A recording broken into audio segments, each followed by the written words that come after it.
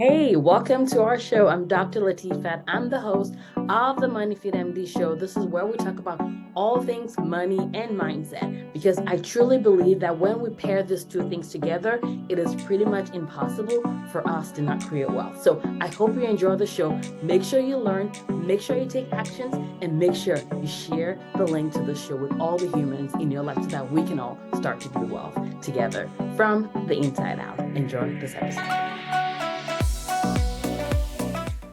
Hey guys, welcome to another episode on the Money Pit MD show. I hope you are doing fantastic. I wanted to record this episode for you. It's kind of a personal episode, but I do think that it would be of benefit to some of you guys. So I wanted to share with you. So about 2 years ago was when I lost my dad. 3 weeks after a diagnosis. This is someone that was a huge pillar in not just my life, but the life of many folks. He was someone that grew up with not a lot and went on to work really hard in all the ways and became the leader that he was when he passed. He inspired a lot of people. He was a big giver. He cared about humans. And for someone like him that didn't go to, was not college educated or anything like that, he realized the value of education and made sure that all of his kids were college educated. And in fact, I would say that 5 out of 7 kids have master's or doctorate level of certification or education, which is pretty impressive. Many of his kids are girls. And one of the things that he always recognized was that in order for women to, take their place in this world, that education was going to be a tool in that. So there's so much that I appreciate so much about him and the how he invested in our lives, the sacrifice that he did. And honestly, we always knew that there were many people that he inspired and gave to and taught and shared with. But it wasn't really until after his death that even more stories came to our hearing. And I remember when we went to Nigeria and buried him 2 years ago now, we literally had like 24 hours. Announcement for people to know when we were, when we was going to be arriving in Nigeria, and we had over 1,000 people turned up at his funeral. It was crazy and wild. So, of course, it was hard for us. There's so much that I learned from his passing. And if you haven't listened to the episode on the podcast that I did about that, we're going to include that in the show notes so that you can go listen to the episode that I recorded 2 years ago about the lesson that I learned from my father. And then now in 2023, we went back to Nigeria as part of our year-long sabbatical, and it's been such an honor and pleasure just spending all this time here. And we wanted to celebrate him. And so we got to celebrate because when he passed, we couldn't celebrate him. It was just too heavy for us, it was just too much grief. And even now, 2 years later, like our grief is still very, very present. And I'm convinced that this is something that we're just going to carry lifelong. But at least now, with time and with processing our grief, we now have room for more emotions, like celebrating his life. But again, it still is heavy. But we got to do that with over 800 people recently. And oh my goodness, guys, it was amazing. It was just like, I mean, at the end, his friends came to us and thanked us for honoring him the way that we did. And for most parents, you know that the work that you do is significant for your kids. And when you get the appreciation while you're alive and also after you're gone, there's just something that it does to your soul. So it was an honor celebrating him, laughing, crying, singing, and just sharing memories with people that loved him so dearly. And, one of the things that I like to do is I like to capture moments. I like to capture moments, whether that's through writing, through recording. And so after when we're done celebrating him, the next day I took some notes that I wanted to share with you guys today about some attributes that I'm even reminded of now 2 years later, that it's just so much wisdom, so much wisdom. And I want to share with you because I know that not everyone has access to, a father or a parent that's alive. Not everybody has parents that may share stuff with them or been examples in some shape or form. Don't get me wrong, it was not perfect. I'm inspired by some other fathers too. So your father may be one of the people that inspires me, but if we can share, why not let's share, right? You get to learn from my father. Kind of reminds me of that book, is it Rich Dad Poor Dad, and how his friend's dad was who taught him a lot of the things that he knew about money and wealth building. So now you get to learn from my father, and I'm sure I can learn from yours as well. But I wanted to share those things with you guys because, again, I think it's going to help some of you guys. You get to leverage our own relationship. You get to leverage my network, my relationship with my father, and the stuff that I learned when he was alive, and even now after he's passed, the lesson continues. So one of the big things that my dad had was a vision. He was a huge visionary. Like he carried big visions. And sometimes his visions were so big it was kind of crazy and scary, especially if you were someone that wanted to play small. He had huge visions. Like at no point did he think that his kids could ever be nothing. Like he had huge expectations of us and we failed at it many times, but the bottom line was he had visions, big visions, that and the visions that he had were not just for his life, but it was such a leader that he carried the vision for many other people. And I think about people that are maybe no longer in our alive that also had big visions like that. I think about Martin Luther King Jr. I think about the fact that the vision that he had is I had a dream. Imagine people that were next to him may have thought it was like your vision's too big. Like there's no way blacks and whites can ever sit down at a table together. Like naysayers, not because they hated him, but because maybe their vision was just too small. And, I think about someone, I mean, this is as someone that's a person of faith, I'm a Christian. Like Jesus is someone that had a big vision, right? Like I can never live up to that vision. Still a work in progress, right? But the importance of vision, like I have visions for myself, I have visions for my family, I have visions for my family for generations to come. Doesn't mean that it's going to happen exactly the way that I plan it. However, because a vision anchors you to possibilities that are beyond vision, like beyond what you see today. And when you get to sit down in those visions, like it just creates everything. For example, while we were in Nigeria, and I'm still here at the time of my recording, but we got to visit a place that my dad was building before he passed. And this is a place that he envisioned that his kids and his grandkids could be able to come spend some time, retreat, hang out. It had more rooms than he could. He needed one or two rooms, but he had way more rooms than that. So his vision had to encompass more than just himself. And I think about, what Money Feed MD, I think about our vision with Money Feed MD. I think about our goal, which is to help women physicians live the liberated life that they want. And we do that by helping them be financially equipped so that they can create the seven-figure lives that they want. Like when I think about all that stuff, like my vision is big. It's not just for me because I'm good, but my vision carries more people than just me. And because I can create that vision for myself, for others, that's why we're really successful at what we do. Is it everything that we succeed at? Heck to the no. We don't always succeed at everything that we do, but holding that vision is the reason why we're able to help the many women physicians that we've been able to help to date. And our vision continues to grow. It continues to get bigger. But this is something that I think my father did such a great at job as, which is having a vision. So I want to just, inspire you and also just nudge you a little bit and ask you, like, what is your vision for your life? Is it just the day to day? Because you need to, like, if your vision, like our lives and our future is going to be, it's going to fit into whatever vision that you and I cast now. So if you don't have a big enough vision for yourself, then what's stopping you? Is it fear? Is it resources? Is it community? Right? Have a vision. That is a huge thing that I want to make sure that you get from this. Number two was this. He gave a lot. That was number two. My father was a giver. He gave in a way that went beyond just giving because it was a nice thing to do or giving because of what people will say. He gave like it was his responsibility to give. And I know that that's something that I want you guys to be careful about, especially as women physicians that, maybe you're a minority, maybe you're someone that like your family's had all this responsibility on you, and that may be causing you to stress out because you think that you have to give so much. Like it's not about having to give, it's I get the honor of giving, which means you can also say no. There are people that ask for things that I say no, right? But the way my father gave was based on an understanding that he had. And it's an understanding of abundance that he has that when you give, you will receive as long as you're open to receiving.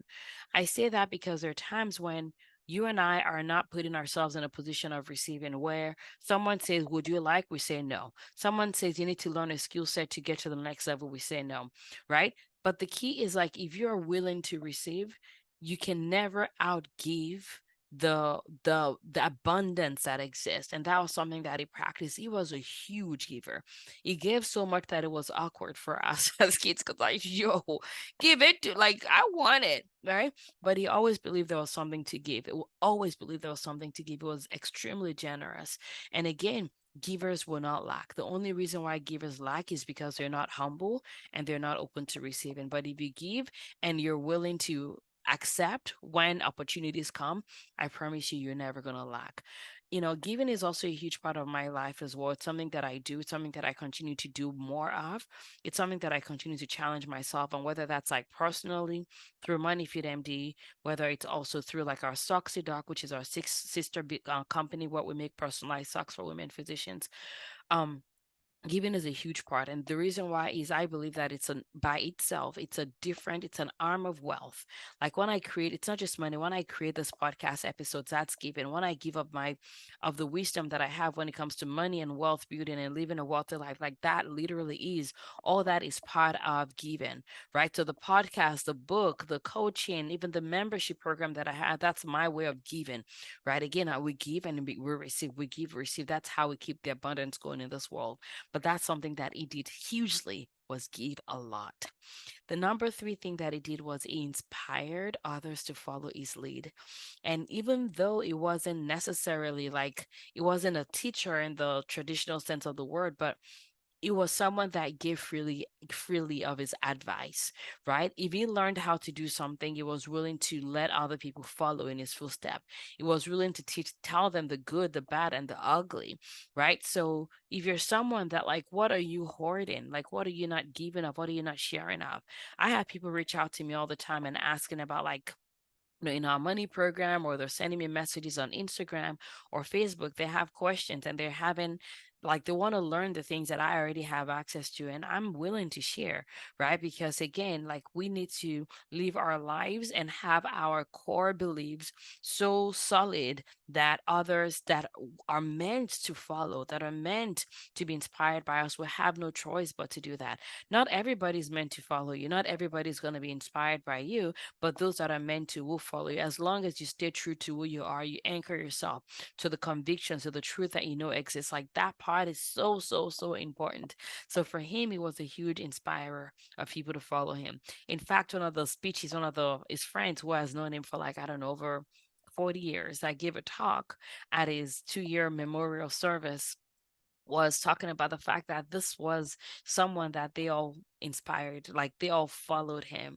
It's like, we copy him. That was literally the words that he used. Said, this is a man that we copied. Like, we look at what he's doing and we copy what he's doing, because he thinks so deeply, he thinks so critically, he thinks so extensively, that we're like, if he's doing it, it's a shortcut, right? And I just think about places in my life where I'm already doing that, and also places in my life where I can do a better job at that, right? So with MoneyFit MD, what I do here is, this is like, I teach people the path that I've followed. I teach people how I went from like knowing zero about money and having like negative $200,000 to having multiple seven figures in like the span of, well, now it's been about 7 years, but that started like 5 years after that happened after 5 years after we started. And my goal is to teach women physicians not just the actions that I took, but like the core beliefs that helped, to like the fundamentals of money, the fundamentals of like money beliefs and understanding and security, and those things that are not external driven but internal driven. Like, that's why on this podcast, I'm all about you building wealth from the inside and out, right? I want you to have the mindset, I want you to have the psychology, I want you to also have like the education, like the strategies, but it all boils down to fundamental truth. So when I think about like the fact that people copy, like people saw him as someone that's like worth copying, I'm okay with you like doing this, like learning from me and executing your own way. Of course, if it's like trademarked information, if it's like intellectual property, of course that's not something that you should be, that is not, if it's not something that I'm sharing widely, it's not something that you should be sharing widely as well. However, like, if you listen to any podcast episodes that really, that you like, that is blessed you, then I want you to share with other people, because that's our way of proliferating and having more and more women physicians that are living in true freedom and liberation. So that's number three. The other thing was this. It's really interesting. Like, his relationships were really important to him. He always had people around him and the people around him changed in different seasons of his life. So there are people that were around him when we're younger that were not when he was older, and they were not when it was even like to the point where it was at the age of 68 when he passed. Like his circle changed. And it's not because of something bad or something good that happened or whatever. It's just a testament to the fact that seasons are going to be different. Like you are going to be different in different season, and what you need around you is going to be different in different season, and that's not good or bad. I mean, I'm literally telling you about someone who had like over 1,000 people at his funeral, yet the circle, the inner circle changed, right? Who was with him when he was younger may not be who was the right circle around him when it was in his investment or growth phase, versus those that were around him when it came to like retirement age or whatever you want to call it. He was an entrepreneur, so he didn't go through the traditional, working till 65 that a lot of us talked about. Like he continued to work until it passed because this was his business and he enjoyed, that was his way of staying alive, like mentally. He would go nuts if he had nothing to do. It would drive us all crazy if he had nothing to do. So anyway, so just reminding you, like, the circle around you will change. And I do think that it's a problem when we see that as a bad thing and we're resisting the changing and the evolution of our community. It is normal for those around you to change. And what I want us to do a better job at is being intentional about that. Like I've shared with you guys on this podcast that I have amazing loves of my life. I'm so blessed and grateful that, like, even friends that I had from like high school, some of them are still my friends still today. And it's such an honor because I believe that I'm surrounded by the best humans. But when I think about like my inner circle, if you want to think about like the people that I mastermind with, like those will continue to change, right? Like the people that I have in my own inner circle are people that are like leading movements, people that are leading communities, people that are thinking like nine figures, people that are like vision to like elevate, people that are wanting to give at different levels, like people that are generous, abundant, that will exchange ideas, that will exchange contact, like we would elevate each other. Like those are the people that I have around me. And when I think about like what we've created in Money Fit MD, like inside of our money school for women physicians, like that is what we have, women that elevate each other. We have like village exchange where those women like exchange ideas, exchange resources. The goal is to build the wealth of our community. They support each other, they grow together in such a deep way. They have conversations that people outside of our community may judge people about, right? There's so much judgment when it comes to money, but like we've created that community for ourselves where like our women get to meet and engage. And by the way, we're going to be having our first in-person retreat in 2024. I cannot wait. I cannot wait for us to be able to meet. It's going to be like lit. That's the best way to describe it. But right, he had fallouts with people, but again, the importance of like being intentional about building that circle and putting yourself right in those spaces where who you want to be is going to be able to be nurtured and grown and fed so that you can become that next level. Like that is critical as you grow. So just look around yourself and ask yourself, like, the circle you have around you right now, is it reflective of your past only, or are they reflective of the future that you're trying to accomplish? Because if they're only reflecting your past, then it's time for a change. And I'm not going to call it an upgrade or a downgrade because I don't believe there's a grade level to humanism or humaning, but it's just a matter of like, is this going to be a vehicle that gets you to what you want to be? And if the answer is no, then it's time for you to break that ish up and move, right? So just keep that in mind. And maybe I should do another episode on like how to break up kindly with friends. I should do that. I should do that. How to change your circle without a fight. I think that would be okay. All right. Be on the lookout. That's going to happen. I just had that idea. And then, so that's, I believe, number 4 that I wanted to share. The next thing that I want to share was this, number 5, which was that he had a great time. He had a great time. He had a great time. He worked hard, yes, but he had a great time. It was almost every weekend was spent like hanging out with friends or at a party. They always had a reason to party. Nigerians got to have a reason to party. So they had a reason to party, but they would go to the village, kind of like a retreat, and just like they're not working, but just like sitting down, laughing, being catered to. And he just had a great time. He traveled a lot. He mingled with people a lot. He had the time of his life, literally, right? And, I see so many people being constrained by time.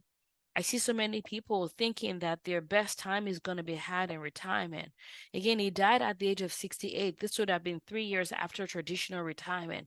If he was waiting for retirement to have the best time of his life, he would have had three best years, maybe, and that would have been the end of it, right? So, what places do you need to, like, in what ways do you need to enjoy your life now? It doesn't require you to take a year-long sabbatical. It doesn't. But like, are there small places, small ways? Maybe you could start with like a day off in the middle of the week where you can do a day trip. Like I did a lot of this. I loved our day trips. One of the favorite times that my husband and I have is when we drop our kids at school. Like they think we're normal parents. We drop them off early, same time they would normally drop them off. And then we may drive like 2 hours away and just go like lay down at the beach or like have a good time. Explore, just have an amazing time and then come back and pick them up. Like it's one of the biggest joys in my life are those moments. And that does not require a sabbatical. Or maybe like it's a Friday, like a Friday that I would have off with one of my girlfriends and would like go explore a new city within like, I don't know, an hour and a half away. Like it doesn't have to be dramatic. It doesn't have to be a sabbatical. If you're waiting for you to have a year off to enjoy your life, it's called procrastination. If you're waiting until you have retirement in the traditional sense of the word to have a great time, it is called like not I don't know, ridiculosity, right? So I just want you to have a great time in your life and just asking yourself what is standing between you and playing and having fun right now. I talk about the arms of wealth, and for those of you guys that are listening that are inside of our money school, you guys know that I talk about the arms of wealth. And one of them is like play is there, like fun is there, but play is also there. They're very, very different. And my question is like, how can you play more? How can you have more fun in your life? There's never going to be a great time. I cannot tell you how many people have said, I wanted to take a sabbatical, but my kid was too young and now my kid is too old, and I'm just like, yo, there's never going to be a good time. Take it now, do it now, right? Like I talk about the urgency of our lives. This is something that is always been a part of how I've lived my life for years and years, but even the experience of my dad definitely turned up that volume to the highest degree, which is like there's urgency in us living our lives now. There's urgency in us creating purpose now, living our purpose now, serving now, giving now, being healthy now, enjoying and sniffing our kids a little longer now, right? Time is fleeting. Time is fleeting. And then I'm going to share one more is this part. It's one of my favorite parts. And I will share a story around that. A couple of years ago, this was in 2010 when I graduated medical school. I had a wedding. One of my good friends was getting married in Nigeria. She lives in Texas, and I was going to fly for her wedding. A couple of days before, I found out that my passport was expired and I freaked out because first of all, I'm a heck of broke.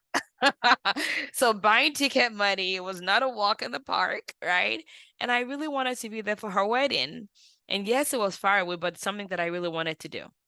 And here I was, like literally 3 days before my passport had expired, and I was freaking out. And I'm like, oh my goodness. And my dad was around visiting us because, again, this was around our graduation. And I was just like, I thought I was going to get chewed up for being irresponsible and not like making sure my T's were crossed and I's and dotted and all that stuff.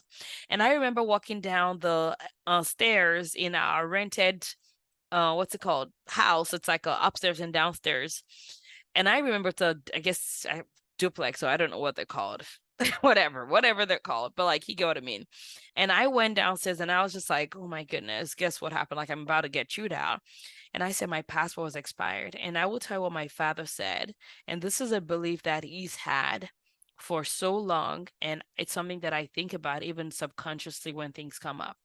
And what he said is there's no problem under the sun that does not have a solution. I'm going to repeat that. Okay. Oh, okay. I'm going to repeat that. I'm getting a little emotional. But he said there is no problem under the sun that doesn't have a solution. So, what is that thing? What is that problem? What is that thing in your life that you believe in the fact that there's no solution? What is that relationship? Is it like money? Is it job? Is it business? Is it empire building? Is it legacy? Is it a boss? Like every single thing, with few exceptions when it comes to like health and dying, but almost everything under the surface of the sun or the sky, if it's cloudy where you are, has a solution. So, these are the 6 things that I wanted to share with you guys. I hope this has been of help to you. I hope that as you learn some of the lessons from my father, that it enriches your life and gives you wealth in more ways than one. And I want to hear what you're taking away from this episode. What are you learning? What are you going to place in your life? Which one of the 6 things do you want to work on? Is it the giving? Is it the sharing? Is it the circle around you? What is it that you want to do differently? Because at the end of the day, we only have this one life to live. How are we going to use it? I love you. If you want to send me a message on Instagram, it's MoneyFitMD. You can also send me a message on Facebook, Latifat Akintade, and or you can just leave a review on our podcast and let me know if this episode helped you and what you loved about it. I love you guys so much. Thank you for being part of my life. And I'm here and committed 100% to physicians living their best life, liberated life right now. I want us to give in a way we've never given before. I want us to lead in a way we've never led before. I want us to advocate in a way we've never done before. I want us to enjoy life and indulge in the present moment in a way we've never done before. I want us to plant seeds in a way we've never done before. That's why I'm here.